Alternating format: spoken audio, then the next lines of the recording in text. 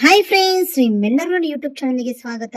Friends, ಇವತ್ತು ನಾನು ಯಾವ ರೆಸಿಪಿನೂ ಶೇರ್ ಮಾಡ್ತಾ ಇಲ್ಲ. ಇವತ್ತು ನಾನು ನಿನ್ನೆ ಸೋಯಾಬೀನ್ ಗ್ರೇವಿ ಮಾಡಿದ್ದೆ. ಅದು ವಿಡಿಯೋ ಮಾಡಕ್ ನಂಗೆ ಟೈಮ್ ಸಿಕ್ಕಿಲ್ಲ. ಕೆಲ್ಸದಿಂದ ಬಂದಿದ್ದೆ, ತುಂಬಾ ಲೇಟ್ ಆಗೋಯ್ತು. ನಾನು ಹೊರಗಡೆ ಕುಕಿಂಗ್ ಕೆಲ್ಸಕ್ಕೆ ಹೋಗೋದು, ಅದರಿಂದ ನಾನು ಬರೋದೆಲ್ಲ 7:45 ಆಗೋಯ್ತು. ಮನೆಗೆ ಬಂದು ಮಗುನು ಅಮ್ಮ ಬೇಗ ಕೊಡು ಅಂತ ಇರ್ತಾನೆ. ಅದಕ್ಕೋಸ್ಕರ ವಿಡಿಯೋ ಮಾಡಕ್ ಆಗಿಲ್ಲ. ನಾನು ನಿನ್ನೆ ರಾತ್ರಿ ಮಾಡಿರೋ ಸೋಯಾಬೀನ್ ಗ್ರೇವಿನ ಇವಾಗ ಬಿಸಿ ಮಾಡ್ಕೊಂಡು ಅದಕ್ಕೆ ನಾನು ಸೆಟ್ ದೋಸೆ ಮಾಡ್ಕೊಂಡು ತಿಂತಾ ಇದ್ದೀನಿ. ನೋಡಿ, ನಾನು ಸ್ಟಿಕ್ ಪ್ಯಾನ್ ಅಲ್ಲಿ ಮಾಡ್ತಾ ಇದ್ದೀನಿ. ನಿಜವಾಗ್ಲೂ ಎಷ್ಟು ಸಾಫ್ಟ್ ಆಗಿ ಬಂದಿದೆ ಅಂದ್ರೆ ಅಷ್ಟು ಸಾಫ್ಟ್ ಆಗಿ ಬಂದಿದೆ.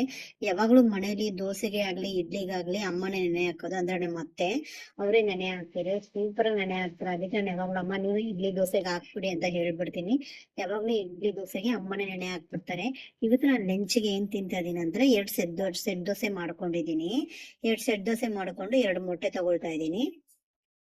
2 ಮೊಟ್ಟೆ ಜೊತೆಗೆ ಇವತ್ತು ನಾನು ದೋಸೆ ಇಡ್ಲಿ ಮಾಡಿದ್ದೆ ಬೆಳಗ್ಗೆ. ಇಡ್ಲಿಗಂತ ಶೇಂಗಾ ಬೀಜ ಚಟ್ನಿ ಮತ್ತೆ ಶೇಂಗಾ ಬೀಜ ಕೊಬ್ಬರಿ 2 ಮಿಕ್ಸ್ ಮಾಡಿ ಪುದೀನ ಎಲ್ಲ ಹಾಕಿ ಚಟ್ನಿ ಮಾಡಿದ್ದೆ. ಅದ್ರ ಜೊತೆ ನಾನು ಮಿಕ್ಕಿರೋ ಸೋಯಾಬೀನ್ ಹಾಕೊಂಡು ತಿಂತಾ ಇದ್ದೀನಿ. ಫ್ರೆಂಡ್ಸ್, ದಯವಿಟ್ಟು ನನ್ನ ಚಾನಲ್ಗೆ ಸಪೋರ್ಟ್ ಮಾಡಿ, ಸಬ್ಸ್ಕ್ರೈಬ್ ಮಾಡಿ, ಶೇರ್ ಮಾಡಿ, ಕಮೆಂಟ್ ಮಾಡಿ. ನನಗೂ ಇನ್ನೂ ಒಳ್ಳೊಳ್ಳೆ ವಿಡಿಯೋಗಳು ಅಪ್ಲೋಡ್ ಮಾಡೋಕ್ಕೆ ಹೆಲ್ಪ್ ಆಗುತ್ತೆ. Thank you friends, bye bye.